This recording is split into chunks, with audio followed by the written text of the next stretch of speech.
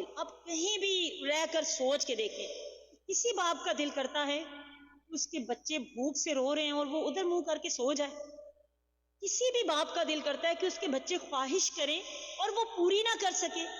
کسی بھی باپ کا دل کرتا ہے؟ اب اپنی اپنی جگہ پہ باپ بن کے سوچ کے دیکھیں،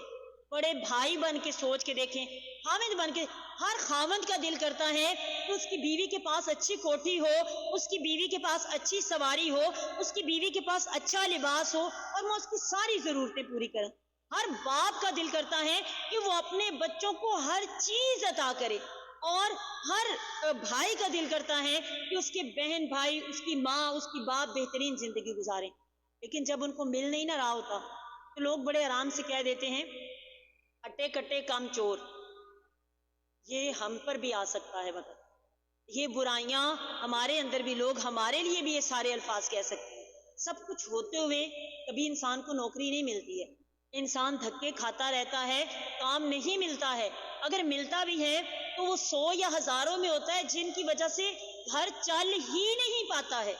خاص کر یہ میرے پردیسی بہن بھائی لوگ بڑے اچھے سے جانتے ہوں گے کہ جب وہ یہاں سے کئی دفعہ فارغ ہو کے چلے جاتے ہیں تو 2 سال 3 سال انہیں گھروں میں بیٹھنا پڑ جاتا ہے، اور لوگ پھر وہی جن کو وہ ماں باپ تھے، بہن بھائی تھے، جنہیں وہ کھلے دل سے لٹاتے رہتے تھے، وہ انہیں دیتے وقت جو ہے وہ مرتے تھے کہ ہم کیوں دیں بھائی، اٹا کٹا کماندہ کیوں نہیں؟ یہ نہیں پتا کہ اللہ کی آزمائش ہے، اللہ تعالیٰ دے کر بھی آزماتا ہے، اللہ تعالیٰ لے کر بھی آزماتا ہے، اللہ تعالیٰ دیکھتا ہے کہ میرا بندہ آخر کس سچویشن، بس یہ ہے کہ صبر ضرور کرنا چاہیے۔ اور آپ لوگ بھی اگر دیکھیں کہ اگر کوئی ایسا گھر ہے جس میں بندے موجود ہیں لیکن کما نہیں رہے، اس عورت کے پاس چپ کر کے جائیں، اسے خرچے کی برابر پیسے دے دیں، یا ان کے گھر کوئی سودا وغیرہ ان کے خامدوں سے چھپ کے ڈلوا دیں، کیونکہ کچھ لوگ سفید پوش ہوتے ہیں، کچھ مرد سفید پوش ہوتے ہیں، وہ یہ پسند نہیں کرتے ہیں کہ انہیں زکوٰۃ کے پیسے، صدقے کے پیسے میں سے دیا جائے، نہ ان کو بتایا جائے کہ یہ زکوٰۃ کے پیسے ہیں، آپ تحفتاً پیش کریں، عیدی دے آئیں ان کے بچوں کو، یا ان کے بچوں کے کپڑے کے پیسے دے دیں، یا آپ سالگرہ کے نام پر کچھ دے دیں، یعنی کسی چیز کے نام پر بھی انہیں دے کر آ جائیں۔ اور یہ آپ کا کئی دفعہ کئی یتیم مسکین ایسے ہوتے ہیں، ہم زیادہ پریفر کرتے ہیں کہ یتیموں کو ہی دیں، مسکینوں کو ہی دیں۔ کئی یتیم ایسے ہوتے ہیں کہ جن کی کرائے پر دکانیں ہوتی ہیں، جن کے بعد جائیدادوں کا ڈھیر ہوتا ہے، اور پھر رمضان میں انہیں اتنا ملتا ہے کہ ان کے سال بھر کے لیے کافی ہوتا ہے۔ کئیوں نے کتنی جائیدادیں بھی بنائی ہوتی ہیں، اور ساتھ والے گھر میں سفید پوش لوگ مر رہے ہوتے ہیں، انہیں کوئی پوچھتا بھی نہیں۔ تو یہ ساری چیزیں آپ لوگوں نے اپنے اب ذہن میں رکھنی ہے کہ آپ نے بس یہ دیکھنا ہے کہ کون سا بندہ کام نہیں کر رہا ہے، کس کے بچے بھوکے مر رہے ہیں، اس کو دیں، نہ یتیم دیکھیں نہ مسکین دیکھیں، بس یہ دیکھیں کہ غربت کہاں زیادہ ہے، کس جگہ پہ ضرورت ہے، اس ضرورت والی جگہ پہ دیں، اپنے آپ کو اس جگہ پہ کھڑا کر کے دیکھیں، کیونکہ ہم لوگوں پہ ہر بندہ جس نے میرے خیال میں 35 سے 40 سال زندگی گزاری ہے نا، وہ برے وقت اچھے وقتوں میں سے نکل کے آئے ہو۔ ہم خود ہیں، ہم نے بھی 2.5 سال یہ وقت دیکھا تھا کہ میرے ہسبینڈ کو جاب نہیں ملتی تھی، اچھا بھلا اے سی کے مکینک، لیکن ہر جگہ پہ جائیں جیسے کسی نے دروازے بند کر دیے ہوتے ہیں، جیسے کوئی بندش لگ جاتی ہے، کہ میں بھی ساتھ ٹیوشن پڑھاتی رہی، وہ چھوٹا موٹا ڈرائیوروں کے ساتھ جاتے رہے، ہلکا پھلکا چمک، لیکن کئی دفعہ ایسے ہوتا تھا کہ ہمارے پاس چائے کے لیے دودھ بھی نہیں ہوتا اتنی گھر کے اندر، اور ہم کسی کو کہہ بھی نہیں سکتے تھے کہ بھائی، حالانکہ میں بچوں کو پڑھاتی تھی، سب کچھ تھا، لیکن منہ سے نہیں کہہ سکتے تھے کہ ہمارے پاس نہیں ہے، ہمیں کچھ دے دیں۔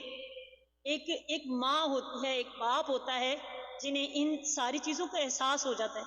میری امی چپکے سے عید پہ عیدی میرے ہسبینڈ کو زیادہ دے دیتی، مجھے زیادہ دے دیتی، چپکے سے سالن لے کر آ جاتی، میرے ابو کی دکان تھی، وہ چپکے سے سودا ذرا ہمیں زیادہ دے دیتے کہ میری بیٹی کا بھرم بھی رہ جائے اور میرے جوائی کا بھی بھرم رہ جائے۔ ماں باپ بہت سی چیزیں جو ہے نا وہ بچوں کو ڈھانپ لیتے ہیں، اور باپ جو ہوتے ہیں وہ بہت سی کمیاں اپنی بیٹیوں کی، اپنے بیٹوں کی پوری کر دیتے ہیں، لیکن جب وہ نہیں نہ رہتے تو پھر پتہ چلتا ہے کہ باپ کی کمی اور ماں کی کبھی کتنی بڑی کمی ہوتی ہے۔ اور میں اب بیمار ہوئی نا تو سب کو تھا، لیکن میری امی بار بار مجھے ڈسٹرب نہیں کرتی تھی کہ اس سے بولا نہیں جاتا، میرے ہسبینڈ کو بار بار میسج کر کے نہیں اسے پاکستان بھیج دو میرے پاس، یا مجھے بلوا لو، میں اس کا آ کے خیال رکھتی ہوں، بار بار اسے میسج کرے تو یہ مجھے کہ ایک اپنی امی کو میسج کر لو، وہ بڑی پریشان ہے، یعنی میں بول نہیں پا رہی تھی، طبیعت بہت زیادہ خراب تھی، تو والدین جو ہیں وہ ایک انسان کے لیے نعمت ہیں، ایک برکت ہیں، جو انسان کی مشکل وقتوں میں بھی ساتھ دیتے ہیں، برے وقتوں میں، آسان وقتوں میں، ہر وقت میں۔ اللہ تعالیٰ میرے ابو سمیت جن جن کے بھی والدین اس دنیا سے رخصت ہو چکے ہیں، اللہ تعالیٰ سب کو جنت الفردوس کی بلند درجات عطا فرمائے۔ ہم زیادہ بہنیں تھیں نا، تو اگر کسی کو عیدی زیادہ ملتی تھی نا، تو میری بڑی بہن ذرا جو ہیں وہ ہر بات کھل کے کر دیتی ہیں، ہم چھپا کے رکھتے ہیں، ہم بات نہیں کرتے۔ تو وہ کہتی ہیں ہاں وہ ایک نے انہوں نے عیدیاں زیادہ مل دیاں نے، اسی 5 سانو کٹ مل دی۔ تو وہ میرے ابو پہلے دیکھتے کہ ان کی نند ایک ہے، اس کو عیدی کتنی ملی ہے، اور میری جو بہو ہے اس کو عیدی کتنی ملی ہے۔ پھر میرے ابو اتنی ہی عیدی ہم سب بہنوں کو دے کر آتے ہیں، میری بیٹیاں یہ نہ سمجھے کہ ہم 5 ہیں تو ہمیں کم ملتا ہے۔ وہ اتنی برابری کر کے سب، تو پتہ نہیں عید آئے گی کیا وقت ہوں گے، ابو کے بعد عید بھی آئی، کسی نے پوچھا بھی نہیں، کسی نے دروازہ بھی نہیں کھٹکھٹایا۔ اب اتنا عرصہ روز ابو فون کرتے تھے، لیکن اب روز کوئی فون نہیں کرتا، روز پوچھتے تھے، اب روز کوئی نہیں پوچھتا۔ جتنے بھی اللہ تعالیٰ بھائیوں کو سلامت رکھے، لیکن ماں باپ کی برابری کوئی بھی نہیں کرتا۔ اللہ تعالیٰ سب کے ماں باپ کو سلامت رکھے اور سب کے ماں باپ کو دنیا اور آخرت کی آسانیاں دے۔ پیارے نبی کریم صلی اللہ علیہ وآلہ وسلم کی شفاعت عطا فرمائے، جن کے بیمار اللہ تعالیٰ سب کو صحت و تندرستی عطا فرمائے۔ میں اپنی ٹریک سے ہٹ گئی، بتانے کا میرا مقصد یہ تھا کہ انسان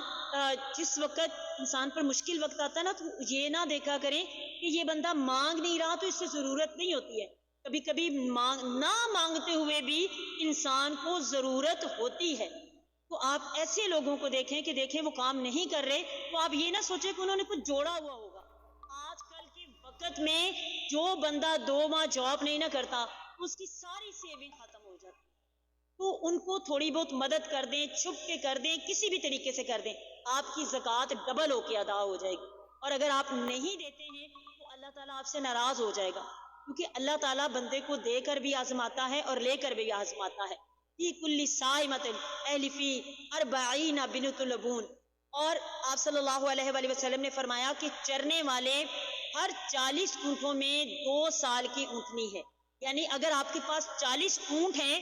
تو 2 سال کی اونٹنی آپ کو زکوٰۃ میں دینی ہوگی۔ وہ جانور جو کام کاج اور کھیتی باڑی کے لیے نہ ہو، بلکہ دودھ اور نسل کے اصول کی خاطر ہوں، ان کی عمر اور تعداد بڑھنے کے ساتھ ان کے فوائد میں بھی اضافہ ہوتا جاتا ہے۔ وہ جانور جو سارا سال یا سال کا اکثر حصہ خود چر کے اپنے لیے خوراک حاصل کرتے ہیں، رسول صلی اللہ علیہ وآلہ وسلم کا ان کے لیے یہ ارشاد ہے کہ 40 جانوروں میں سے ایک جانور جو ہے وہ آپ کو اللہ تعالیٰ کی راہ میں دینا پڑے گا۔ اللہ تعالیٰ ہم سب کو سمجھ عطا فرمائے، عقل عطا فرمائے، اور جیسے کہ آپ کے پاس اگر 1 تولہ سونا ہے تو آپ نے 52 تولہ چاندی کے حساب سے دیکھنا ہے کہ 52 تولہ چاندی کتنی بنتی ہے آج کل کے حساب سے۔ آپ نے 52 تولہ چاندی کے حساب سے دیکھ کر، اور آپ کے 1 تولے میں جتنی زکوٰۃ بنتی ہے وہ آپ نے ادا کرنی ہے۔ آپ کے پاس 2 تولہ سونا ہے، 52 تولے چاندی سے زیادہ جتنا بھی سونا ہے اس کی جتنی زکوٰۃ آج کل جو ہے وہ 1 تولہ پاکستان میں تو میرے خیال میں 2 کے 2.5 لاکھ کے برابر ہے۔ اب یعنی 1 تولہ سونے کے اوپر ہماری زکوٰۃ بن رہی ہے